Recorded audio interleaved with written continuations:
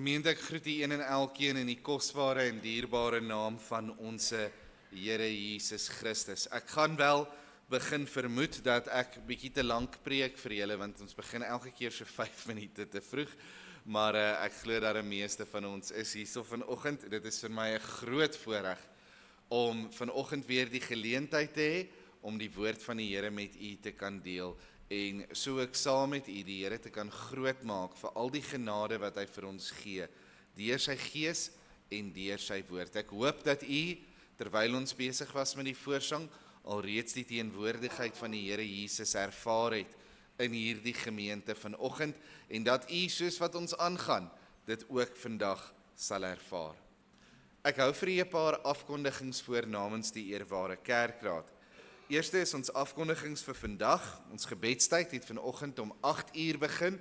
Teen hierdie tyd weet jy almal dalk al dat daar in die oggende 8 uur gebedstyd is, waar ons die Here net saam as 'n gemeente vertrou vir die dienste wat voorlê, die pad Parys toe en terug, die mense wat moet opkom om die boodskap te hoor, dat die Here se wil daar sal geskied. Daar's ook voorsang voorbereiding vanaf 7:15 elke Sondagoggend. Eredienste begin dan om 8:45 met voorsang, en die skriflesing vanoggend is uit Kolossense 2 vers 1 tot 3. So as jy daarin wil blaai solank, is jy welkom. Kolossense 2 vers 1 tot 3. Die kinderbediening begin 10:15 tot 11 uur vanoggend, en daar is direk na die erediens ook koffie en tee beskikbaar. Moet asseblief nie vinnig huis toe gaan nie, maar bly 'n oomblik saam met ons, drink 'n koppie koffie en 'n koppie tee, dalk nie al twee nie, maar drink een, en geniet 'n bietjie geselsie, vind uit hoe dit gaan met die mense, deel in die liefde wat ons vir mekaar het in die Here Jesus. En dan is daar ook 'n tweede diensgeleentheid vanoggend. Die tweede diensgeleentheid vind plaas om 10:30, en vanoggend praat ons oor 'n redelike interessante onderwerp. Vanoggend praat ons oor die duiwel. So as jy graag meer wil uitvind oor die duiwel, of as ietsie wat u gewonder het oor die duiwel, dan kan u vanoggend se tweede diensgeleentheid bywoon. Die duiwel verwys ek nou natuurlik na die duiwel van die Bybel, nie ons elkeen se persoonlike duiwels nie.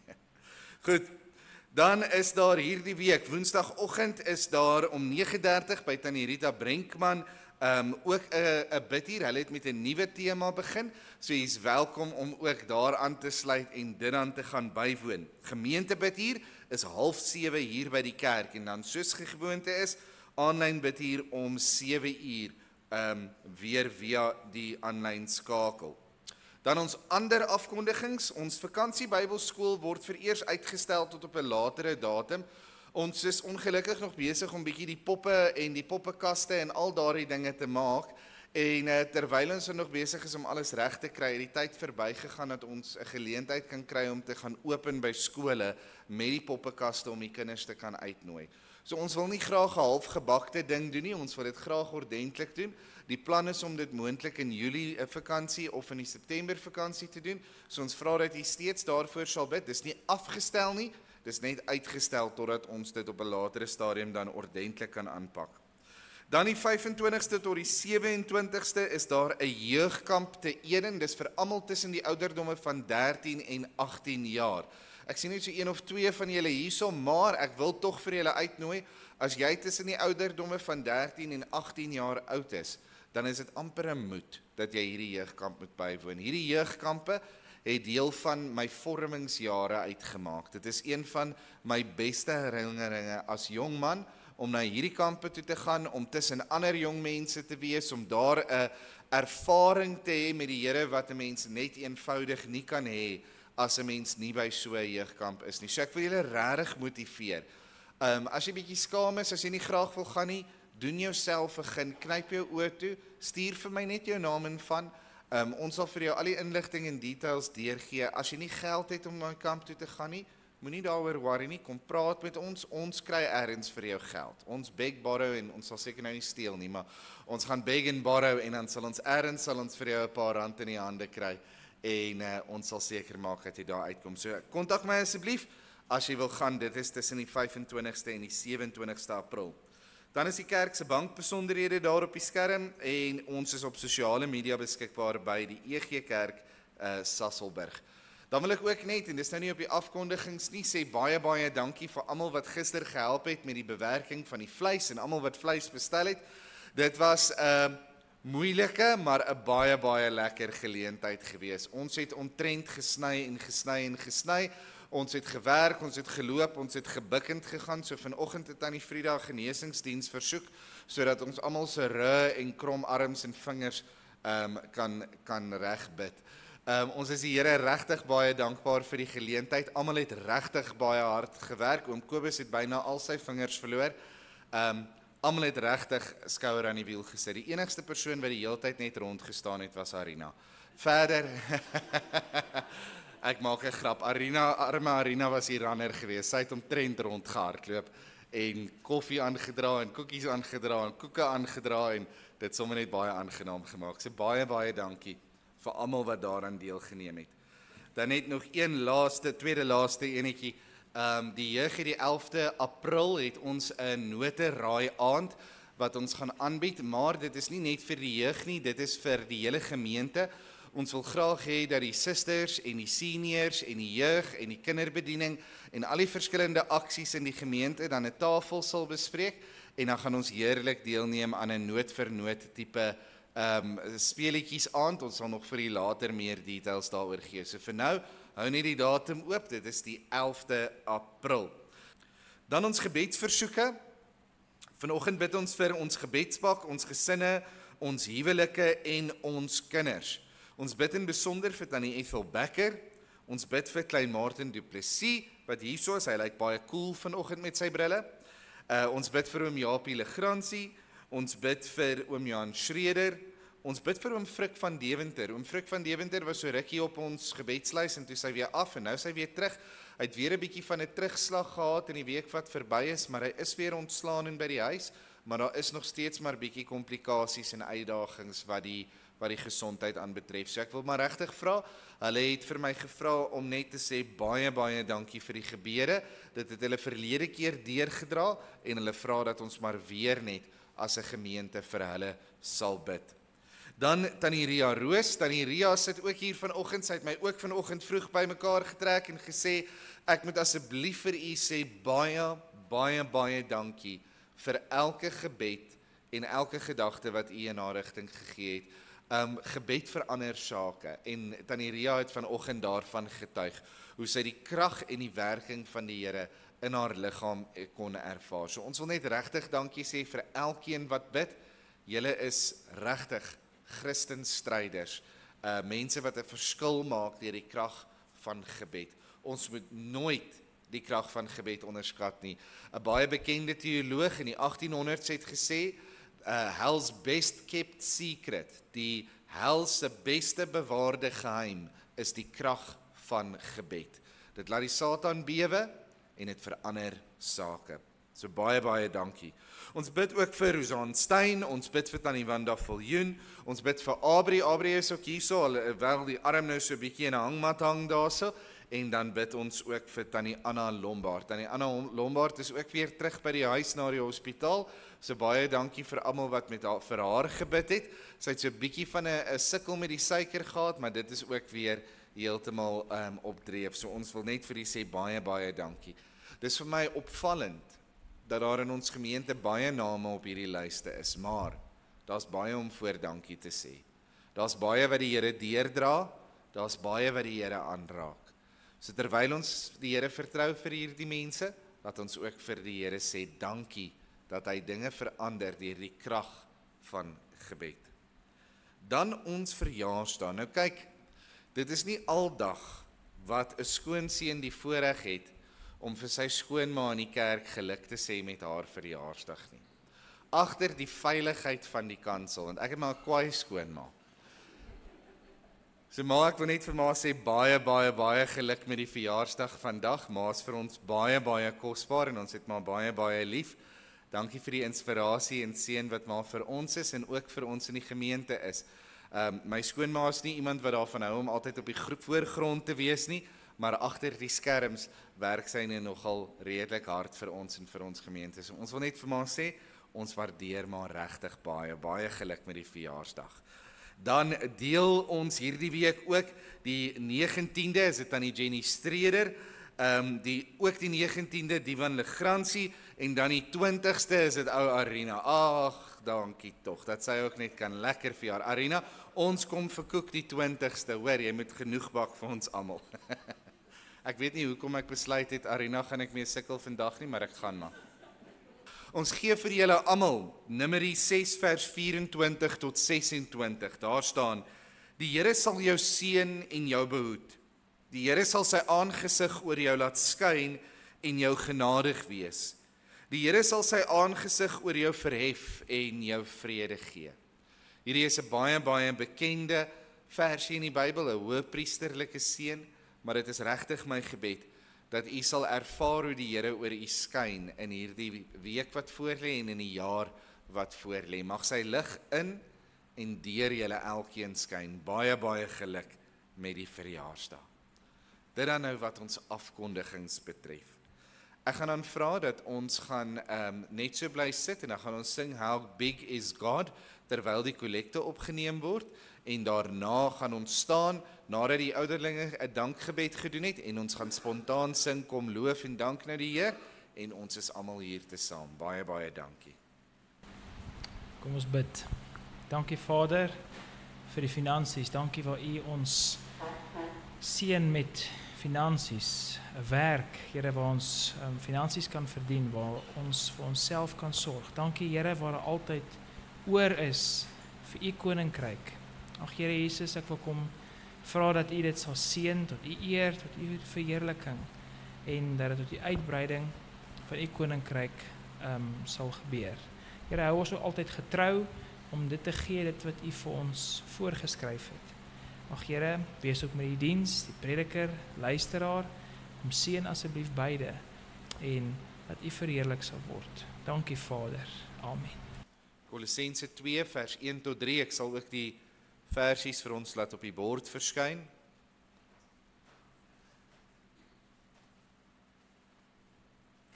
Ek hou dit graag vir u voor, daar staan.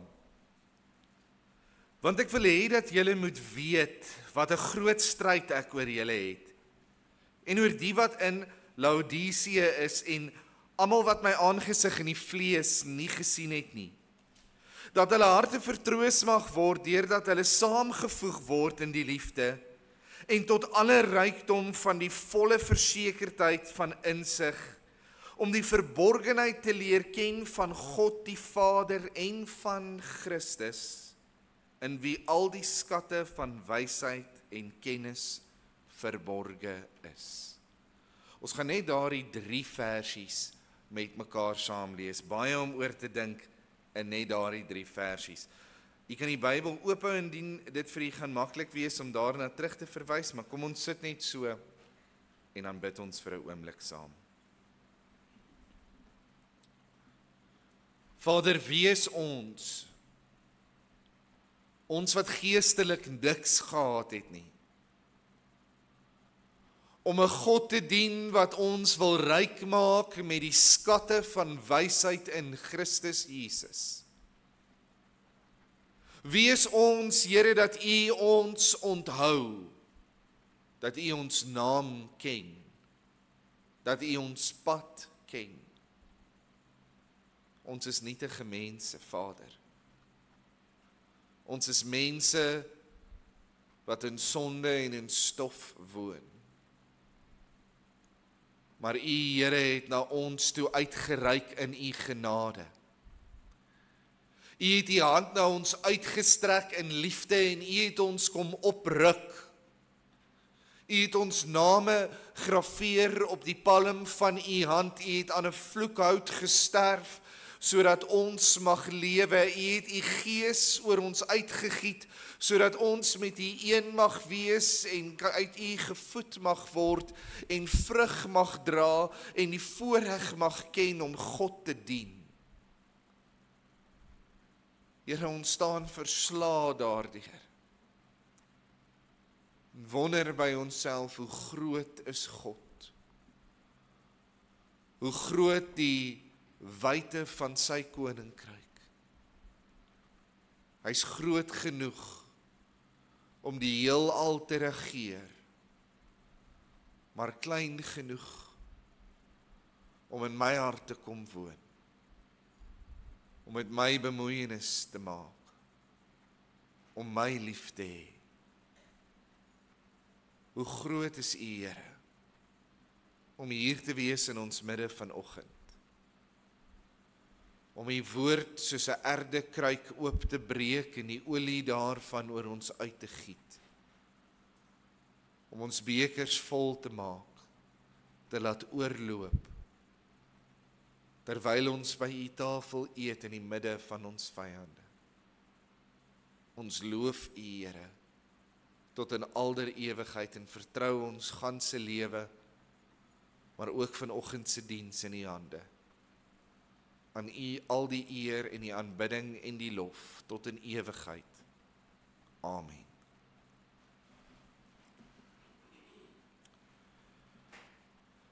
Daar is twee mense wat in my verstand woon. Die een is 'n ywerige werker vol planne, idees en energie. Dis die Martin wat elke projek wil aanpak, wat nooit nee kan sê vir enige uitdaging nie, wat elke versoek wil voldoen. Dis die persoon wat altyd reg is om nog ietsie aan te pak, nog 'n vaardigheid wil aanleer, nog 'n ding wil begin, nog 'n taak op homself wil neem. Dis die een wat reg is om te werk. Maar die ander persoon is 'n moedelose, moe knorpot. Hy is in beheer van die skedule. Hy moet die skedule so bestuur dat ek ten minste by 'n paar van my afsprake uitkom, dat ek relatief betyds by plekke is en selfs dat ek 'n paar minute vir my gesin kan inwerk. Nou die twee manne is altyd aan mekaar in my gedagtes en ek dink meeste van ons kan daarmee identifiseer. En dit maak dat 'n mens 'n lewe leef waar jy konstant voel asof jy gejaagd is, asof jy net nie by alles kan uitkom nie. Dis nou Maart maand en dit voel asof ek so 6 maande agter is by die jaar se beplanning en alles wat ek teen die tyd wou en kon en moes doen. Dit voel asof daar net nie genoeg ure in elke dag is nie.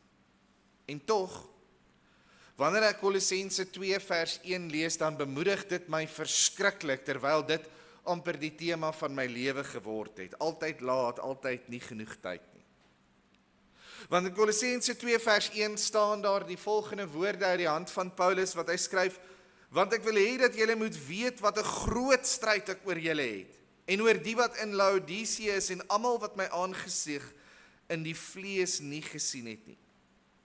Jy sien, Paulus het dieselfde probleem met tyd en geleentheid gehad. Hy het hierdie brandende begeerte gehad om by Kolosse en by Laodicea en by Hierapolis uit te kom. 3 stede wat baie naby aan mekaar by die Liekre rivier daar in Europa is. En hoewel Paulus hierdie brandende begeerte gehad het, het hy net nooit die geleentheid, nooit die kans gehad om daar uit te kom nie. Dit was op sy lysie van dinge wat hy nog moes afhandel, maar daar was net soveel ander dinge wat soveel belangriker was. Daar was nog soveel mense wat moes hoor van die evangelie, wat dit nog nooit gehoor het nie, wat nog tot bekering gekom het, dat Paulus nie 'n kans gehad het om uit te kom by hierdie gemeentes, wat gestig is sonder dat hulle hom ooit gesien het nie. En ek dink dit was vir Paulus nou nogal sleg gewees. Om te weet, daar's hierdie gemeentes wat deur een van sy volgelinge tot bekering gekom het en wat 'n gemeente gestig het en wat al hierdie stryd gehad het en al hierdie probleme gehad het en as ek dit nou maar eenvoudig kan sê, al hierdie issues gehad het. Hy het 'n begeerte gehad om daar te kom en vir hulle te sê, maar julle moet hierdie en hierdie dinge reg kry. En hy wou ook ervaar het hoe hierdie mense was. Hy wou hulle ontmoet het. Hy wou vir hulle lief gewees het. Ons weet hoe skryf hy oor die ander gemeentes, nê? Aan die Tessalonisense skryf hy: julle het vir my dierbaar geword. Ek was soos 'n moeder wat haar pleegkinders net wou vashou. Aan die Filippense skryf hy gereeld hoe innig lief hy hulle gehad het met die innige teerderheid van die Here Jesus Christus self. En oral waar Paulus gekom het en hierdie mense ontmoet het in sy lewe en die evangelie aan hulle gedeel het en hulle tot bekering gekom het en hulle die Here begin dien het, het hierdie mense vir hom soos familie geword en nou was dit asof hy familie gehad het wat hy nog nooit ontmoet het nie. En hy wou so graag by hulle uitkom. Hy wou so graag vir hulle gaan wys dat hy vir hulle lief is in die Here Jesus Christus. Maar hy het nie geleentheid gehad nie. Nooit in sy lewe nie. Maar Paulus skryf hierdie brief aan hierdie gemeente aan die einde van sy bediening. Hy sit in die huisarrest in Rome en Paulus het nooit van daardie huisarrest ontsnap nie. Daarna is hy in die tronk gegooi en in die tronk is hy ter dood veroordeel 3 jaar na die skrywe van hierdie brief. So Paulus het nooit die geleentheid gehad om by hulle uit te kom nie en hierdie brief was die laaste boodskap wat hy vir hulle kon stuur. En een van die dinge wat vir Paulus geweldig belangrik was dat hierdie mense sou besef dat, hoewel hy nooit by hulle uitgekom het nie, ten spyte van die feit dat hy nooit by hulle kon 'n draai maak nie, was hulle in geen manier geestelik slegter af as die ander gemeentes wat hy self gaan bedien het nie. Hoor wat skryf hy vir hulle in vers 2 en 3 van hierdie gedeelte. Hy sê, dat hulle harte vertroos mag word. Met ander woorde, hy wou vir hulle graag 'n bietjie troos. Hy wou vir hulle sê, moenie hartseer wees of moenie so huil omdat ek nooit by julle was nie. En hoekom nie? Deurdat hulle saamgevoeg word in die liefde en tot alle rykdom van die volle versekerheid van insig, om die verborgenheid te leer ken van God en die Vader en van Christus, in wie al die skatte van wysheid en kennis verborge is. Jy sien, in hierdie 2 verse wil hy vir hulle 2 dinge sê. Die eerste is, julle is ingesluit by die liefde. Hierdie liefde wat ons verkondig het van God aan die mens en die liefde van die Here Jesus wat tussen ons moes gewees het. Julle is nie op een of ander manier uitgelaat daaruit net omdat ek nie by julle aangekom het nie. Julle moet nie sleg voel omdat ek nie by julle was nie, want julle is deel van die liefde van die Here Jesus Christus, al het ons mekaar nog nooit ontmoet nie. En die tweede gedagte, hoewel die eerste vir my kosbaar is ongelooflik, want daar leer Paulus dat hulle ook, net soos die ander gemeentes, alle geestelike rykdom het. Nou hierdie rykdom word nie uitgedruk in rand en sent nie, maar as ons daardie redelik ingewikkelde versie van Paulus ontleed, dan sien 'n mens dat die rykdom, die volle verstaan van die geheime kennis en wysheid in die Here Jesus Christus is.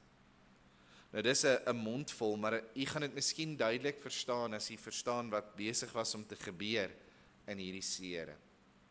Jy sien, die klein gemeentes van Griekeland en van die Romeine was ongelukkig die broeiplek van 'n godsdienst met die naam gnostisisme.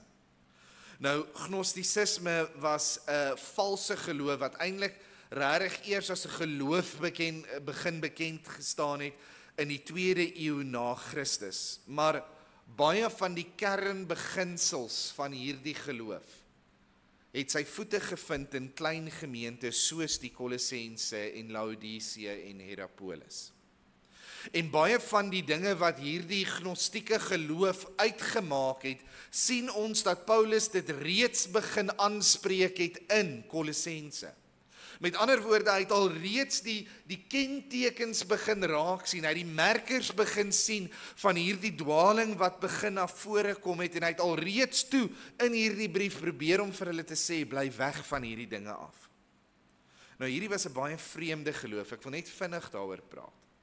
Hulle het byvoorbeeld geglo dat daar 'n groot skeiding en 'n groot verskil is tussen die geestelike wêreld en die fisiese wêreld.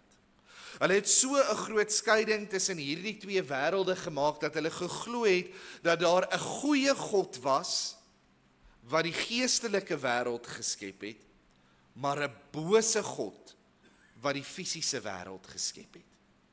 En dan het hulle nou vir mense geleer, alles wat fisies is, alles waarin jy kan raak en praat en aanroer. Paulus gebruik op 'n stadium die woorde raak nie, smaak nie, roer nie aan nie. Hy verwys na hierdie tipe beginsels.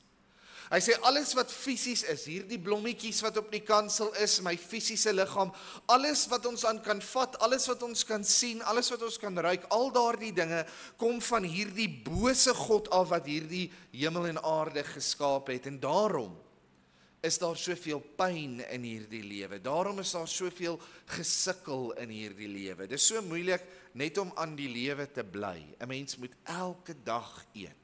Jy moet elke paar minute ten minste asemhaal. Jou hart moet aanhou klop. Dis 'n gesukkel om aan die lewe te bly. Dis moeilik om aan die lewe te bly. Dis soms seer om aan die lewe te bly. En het hulle hierdie fisiese wêreld amper uitgemaak as hierdie bose God wat die mens wil kom straf. En die geestelike God, wat die geestelike wêreld geskaap het, het hulle gesê is die goeie God. So, om van die fisiese na die geestelike toe te beweeg, het hulle allerhande aaklige dinge gedoen. Hulle het engele aanbid, wat ons Paulus sien aanspreek in Kolossense 1 vers 28. Ek gaan dit nou vir ons lees. Hulle was betrokke in goed soos asketisme. Asketisme is 'n baie aaklige gebruik, waar jy jouself fisies seer maak, want hulle het gesê, as ek hierdie liggaam seer maak, dan beweeg ek nader aan die geestelike en ek straf die verkeerde in my. Die vermenging van godsdienste, Joodse wettisisme en allerhande aaklige dinge. Paulus spreek dit aan in Kolossense 2 vers 18 waar hy sê, laat niemand julle van die prys beroof nie, al sou hy 'n behae en nederigheid en die verering van engele en indring in wat hy nie gesien het nie en sonder oorsaak opgeblaase wees oor sy vleeslike gesindheid. En Paulus is besig om hierdie gnostieke styftrekke, hierdie beginplekke van die gnostieke geloof bietjie aan te spreek. En een van die kernbeginsels, gnostieke kom van die woord gnosis af, wat in Grieks kennis beteken. Een van die kernwaarhede of valshede, eintlik maar van hierdie geloof, was dat hulle geglo het die enigste manier wat 'n mens regtig kan beweeg van hierdie fisiese wêreld na die geestelike wêreld is deur 'n geheime kennis op te doen.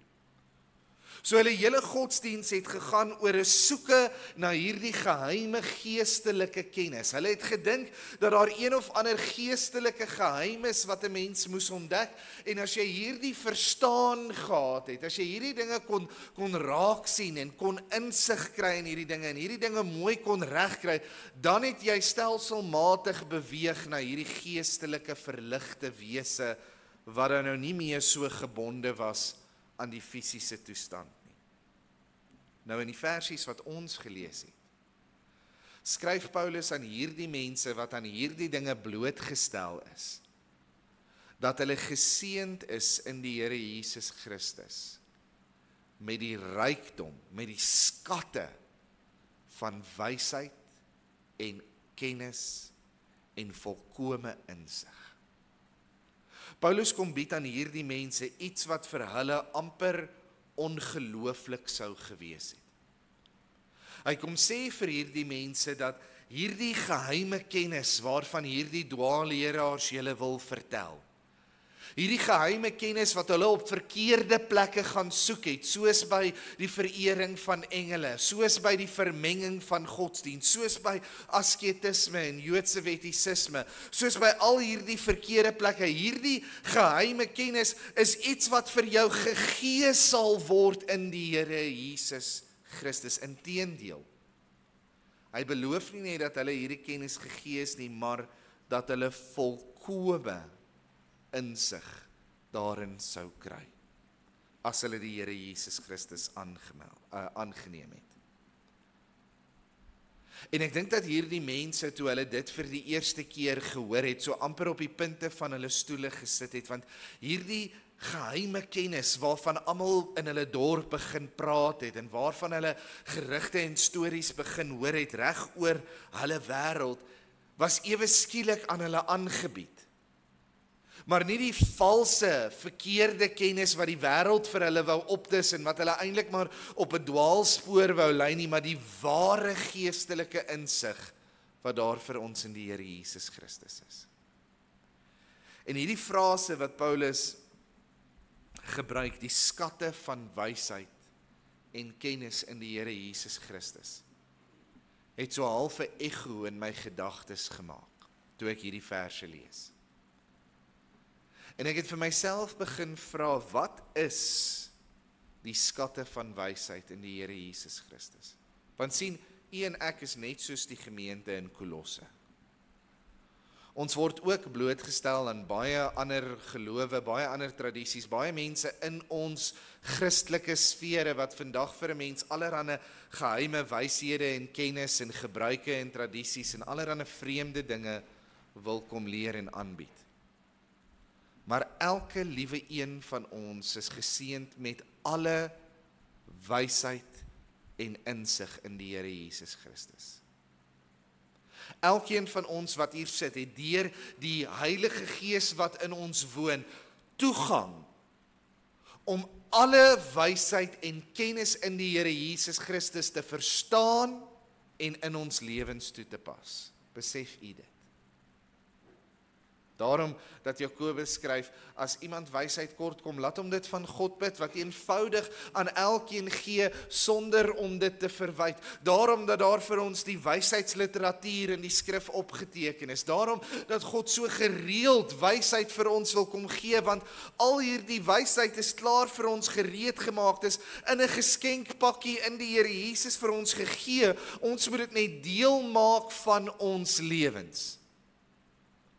Ongelukkig is dit nie so eenvoudig soos om te sê, Here, gee my hierdie wysheid en jy ontvang die wysheid. Nee, die wysheid moet geleer word. Dis vir ons gegee in hierdie heilige skrif. Dis vir ons gegee in die woorde van die Here Jesus, in die briewe van die apostels, in die verhale van die Ou Testament.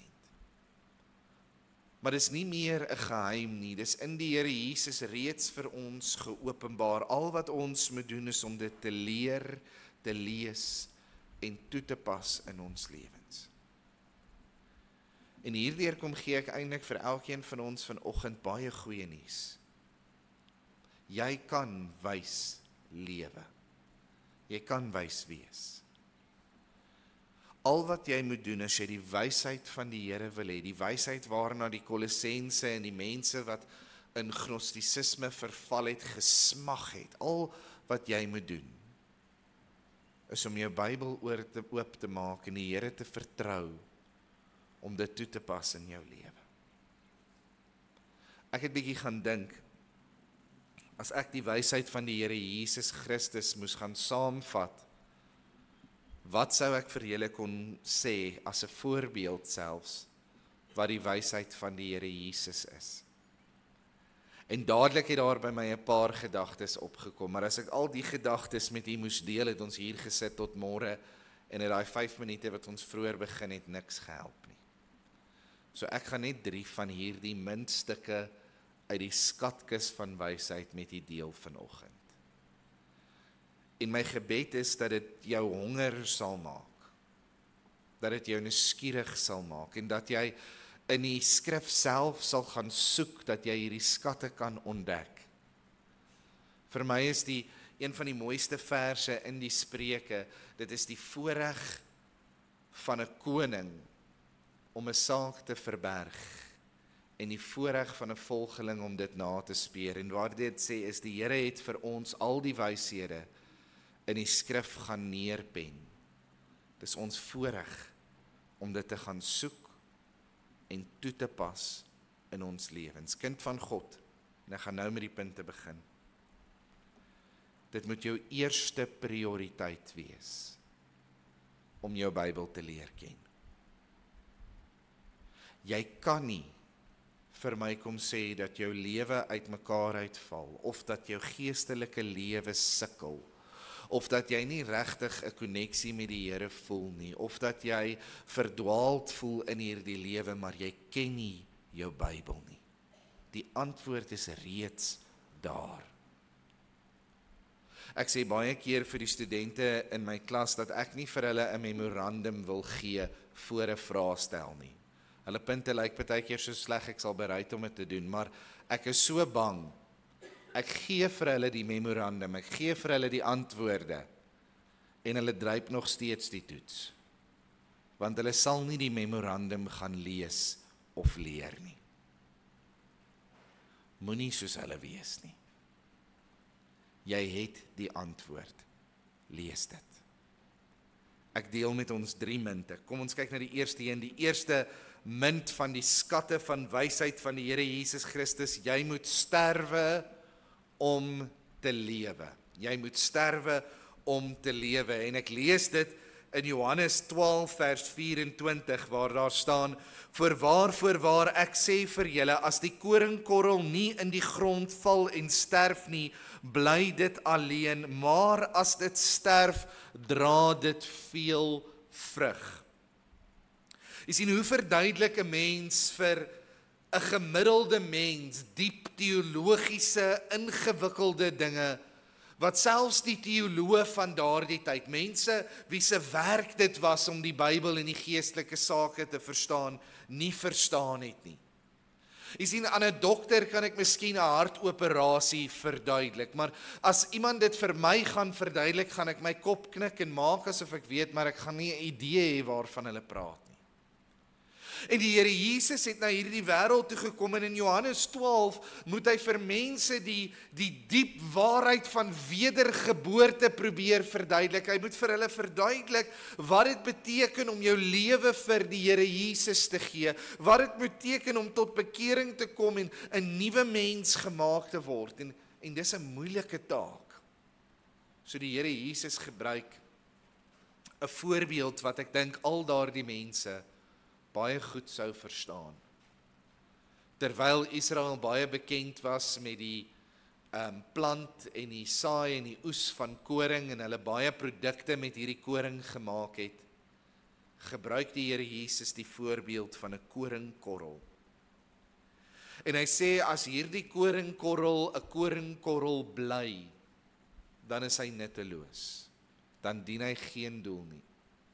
'n koringkorrel op sy eie is nie genoeg om 'n brood van te maak nie, en 'n koringkorrel op sy eie sal 'n koringkorrel bly vir die res van sy lewe, iets wat 'n mens baie maklik kan verloor. As ek 'n koringkorrel vat en ek gaan bære hom in die kas, sal hy niks ooit beteken nie, maar as daardie koringkorrel in die grond val en nat word, en daardie koringkorrel is bereid om op te hou om 'n koringkorrel te wees, om toe te laat dat daar op 'n goddelike, magiese manier 'n verandering in die koringkorrel gebeur, dan word daardie koringkorrel 'n koringplant en hy dra veel vrug. Wat is die Here Jesus hier besig om vir ons te leer? As jy die mens bly wat jy was toe jy gebore is, dan sal jy vir die Here en vir geestelike wêreld nutteloos en doelloos bly. Maar as jy iets vir die Here Jesus wil beteken, as jy iets vir ander mense wil beteken, as jy gered wil word, moet jy wees soos hierdie koringkorrel. Jy moet bereid wees om so klein bietjie dood te gaan en 'n nuwe mens te word met 'n nuwe geboorte. Jy moet die ou identiteit laat gaan.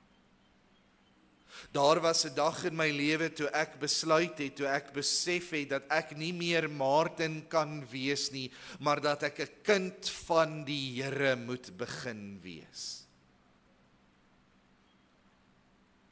2 Korintiërs 5 vers 17 sê, daarom as iemand in Christus is hy 'n nuwe skepsel, die ou dinge het verbygegaan, kyk, dit het alles nuut geword. Efesiërs 4 vers 22 tot 24 sê, dat julle wat die vorige lewenswandel betref, die oue mens moet aflê, wat deur die begeerlikheid van verleiding te gronde gaan, en dat julle vernuwe moet word in die gees van julle vermoed, en julle met die nuwe mens moet beklee, wat na God geskape is in ware geregtigheid en heiligheid. Die wysheid van die Here Jesus Christus is dat niemand meer hoef aan te gaan soos wat hulle aan te gaan nie. Ons word gebore in sonde. En wanneer ons in sonde gebore word, is ons op 'n pad wat reguit afstuur op 'n ewigheid sonder hoop en sonder God. Ons gaan verlore en ons word voorberei vir die vure van die hel. Dit is 'n realiteit. Die Bybel is nie besig met 'n metafoor wanneer hy sê die boeke is geopen en die mense is geoordeel volgens wat in die boeke staan en die see het gegee wat daarin was en die doderyk het gegee wat daarin was en as dit bevind is dat iemand se naam nie opgeteken is in die boek van die lewe nie, is hy in die poel van vuur gewerp. Johannes skryf dit as iets wat hy gesien het, 'n werklike gebeurtenis. Daar sal mense wees soos ek en jy, wat sal gebore word, wat sal lewe, wat sal sterwe sonder God, 'n koringkorrel bly, en wat sal gaan na die plek wat reggemaak is vir mense wat koringkorrels gebly het, die vuur, die verdoemenis, die hopeloosheid. Maar die goeie nuus is dat dit nie so hoef te wees nie. Want as jy wil lewe, kan jy die keuse maak om eers te sterwe. Om te sê, Here, ek wil nie meer vir myself lewe nie. Ek wil nie meer my eie doelwitte bereik nie. Ek wil nie meer my eie drome droom nie. Ek wil nie meer die God van self eer in my binneste nie. Maar ek wil die afgod van die eie ek in my hart afgooi en 'n nuwe wese word. Volgens Efesiërs 4 vers 22, nie meer iemand wat deur die sonde en sy begeertes na die helse deure toe gesleep word nie, maar iemand wat in sy gedagtes en in sy hart en in sy werke elke dag nuut gemaak word na die beeld van die Here Jesus Christus, wat op 'n pad van heiligmaking stap, wat werklik in die Here Jesus Christus nie net lewe het nie, maar ewige lewe. Seker die grootste wysheid van die Here Jesus is dat elkeen wat sy lewe liefhet, sal dit verloor, maar elkeen wat sy lewe wil verloor, sal dit vind. Dis miskien 'n moeilike konsep om te verstaan. Maar dit beteken eenvoudig dat daar 'n omdraaipunt op jou lewe moet wees. En dat jy vir die Here Jesus moet kies, sodat jy waarlik kan lewe. Wat baat dit jou mens, as jy die beste lewe op hierdie aarde lei? As jy alle geluk en vreugde en genot vind? As jy elke moontlike skat in die wêreld bymekaar maak? As jy rykdom, eer en roem het, as jy gesondheid het, as jy so bly is as wat 'n mens kan wees, en na 80 jaar, 90 as jy gelukkig is, 100 as jy iemand daarbo omgekoop het, dan beland jy vir ewig in die hel. Die grootste wysheid is dat daar lewe is. En ek weet ek praat vandag met baie mense wat die Here ken en die Here dien. Maar ek wil met erns en met eerlikheid vir jou kom vra. Maak seker van jou saak. Maak seker dat daar erns op jou lewenspaadjie 'n graf lê met jou naam op. En dat die mens wie jy was dood gegaan het, sodat daar 'n wedergeboorte kon plaasvind. Wedergeboorte is maar net 'n mooi manier om te sê, die beginpunt van 'n nuwe mens. 'n mens wat miskien nie volmaak is nie, maar wat elke dag nader aan die Here loop. Miskien weet jy nie so seker van 'n presiese datum en 'n presiese tyd nie, jy het dit nie nodig nie. Maar maak seker dat jy jou pad met die Here loop. Om net te sê jy's 'n Christen is nie genoeg nie. Om net jou Bybel te ken is nie genoeg nie. Om net aan 'n kerk te behoort is nie genoeg nie. Jy moet 'n persoonlike verhouding met die Here Jesus Christus hê. Die tweede gedagte, die tweede munt. Jy moet arm wees om ryk te wees. En hierdie munt gaan eintlik so hand aan hand met die vorige een, maar dit staan in Matteus 5 vers 3. Salig is die wat arm is, want aan hulle behoort die koninkryk van die hemele. Nou, hierdie armoede waarvan die Here Jesus praat in die saligspreuke is 'n armoede nie van rand en sent nie. Die Here Jesus sê nie ons moet al ons geld weggooi nie, behalwe miskien in die kollektebordjie as jy wil, maar dit praat van 'n armoede van gees.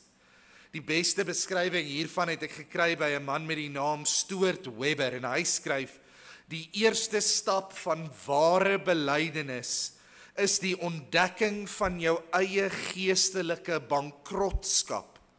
Wanneer 'n mens besef dat jy jouself nie regverdig kan maak nie. Die seën en blydskap van die wat arm van gees is dat hulle alreeds in die rigting van God se verlossingsplan beweeg, die erkenning van 'n behoefte aan 'n verlosser buite hulle self.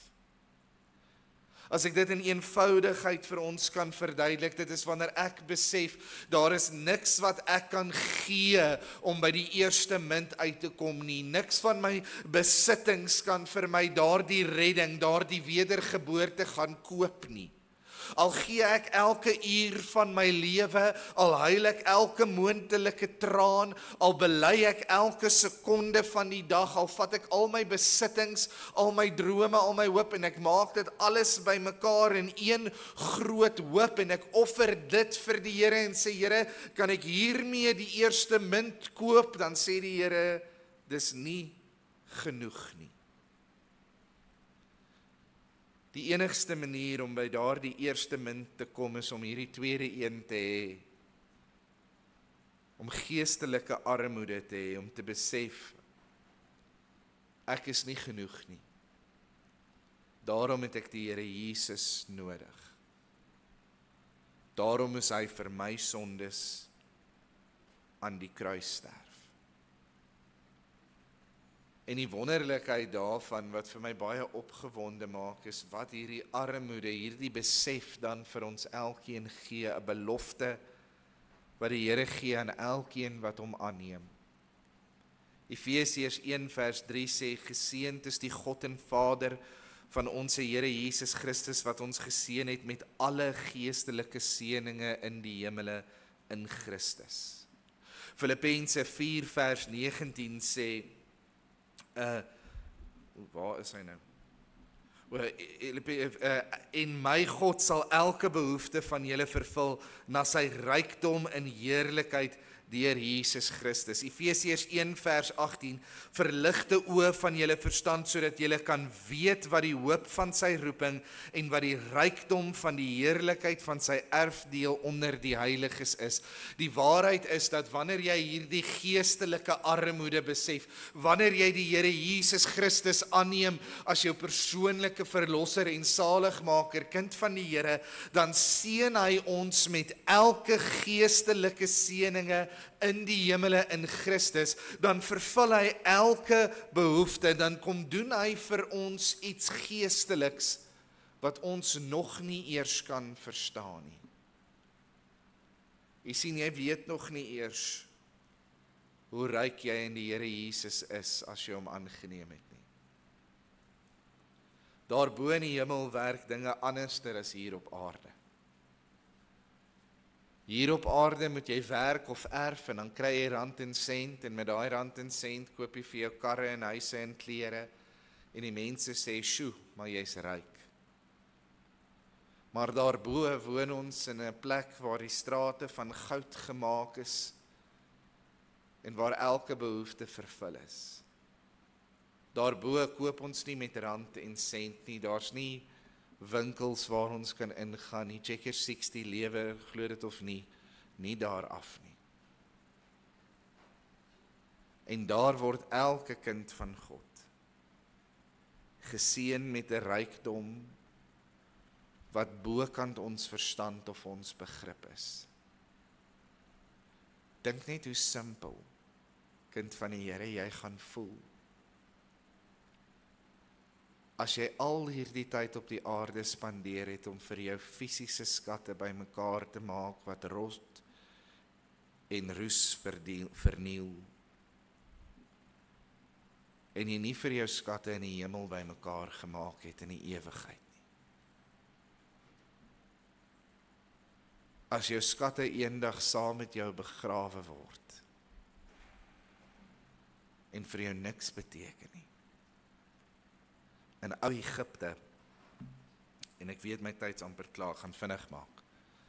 In ou Egipte het hulle die farao partykeer saam met al sy skatte begrawe en sommer 'n paar van sy vrouens ook, of hulle nou lewendig was of dood was, wat ek dink 'n baie slegte deal is. En hulle het toegesluit in daai piramides en die deur agter hulle geseël en hulle het aanbeweeg met hulle lewens en hulle het geglo dat die farao dan al hierdie skatte en rykdom sal saamvat in die volgende lewe. Maar die waarheid is, daardie mammie het maar net 'n bietjie harder en kouer geword. Die vrouens het hopelik ontsnap. En die skatte is vandag in 'n museum. Niks hier op aarde vat jy saam in die volgende lewe in nie. In die ewigheid in nie.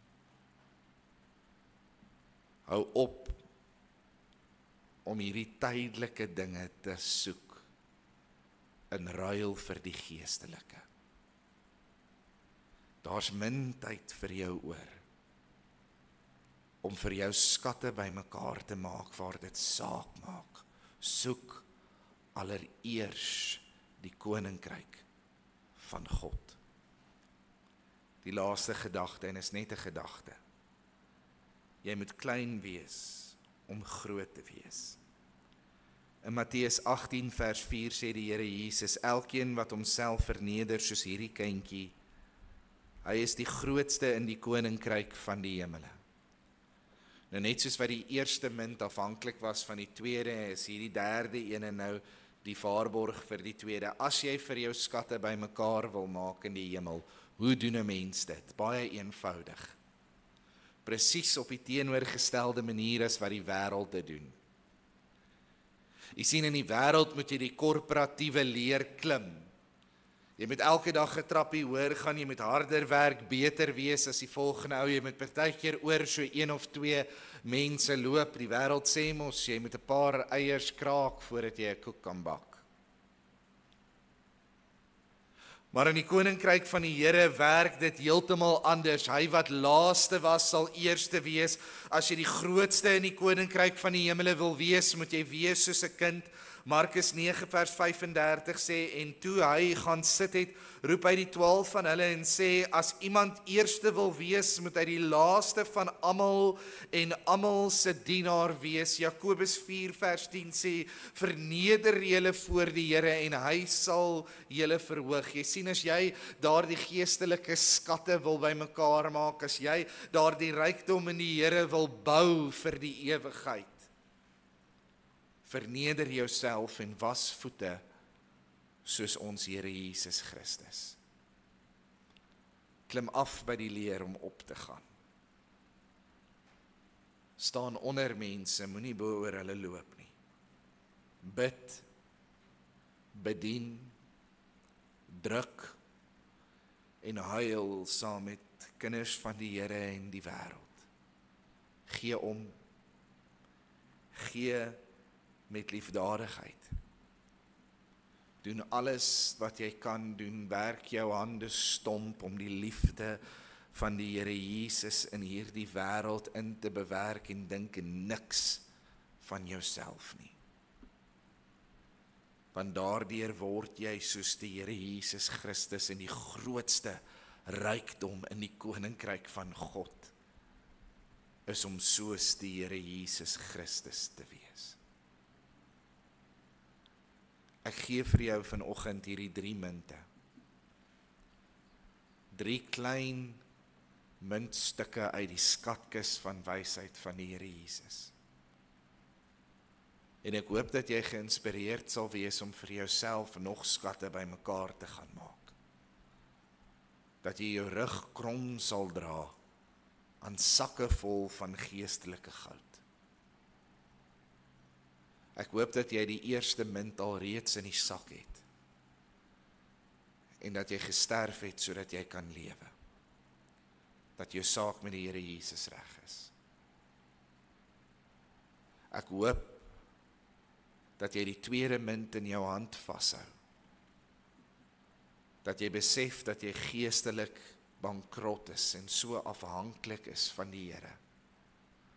Wat jou seën met alle geestelike rykdom, alles wat jy nodig het. En ek hoop dat jy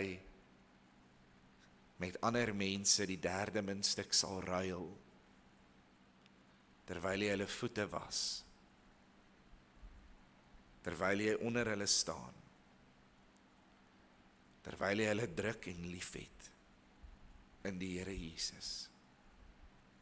Soek allereers die koninkryk van God. En al hierdie dinge sal vir jou bygevoeg word. Kom ons bid saam. Amen.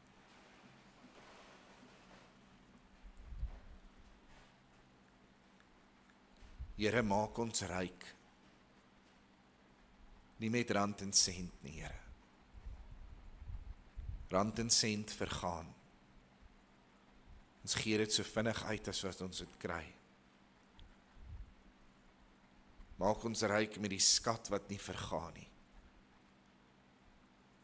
Met die skatkis wat geen bodem het nie. Maak ons bewus, Here, van al die rykdom waarmee U ons geseën het. Gee vir ons 'n honger na die woord. Nie om dit net te lees nie, Here, maar om dit uit te leef. Maak vir ons so gretig vir hierdie geestelike skat, as wat ons van nature is, vir gewone geld.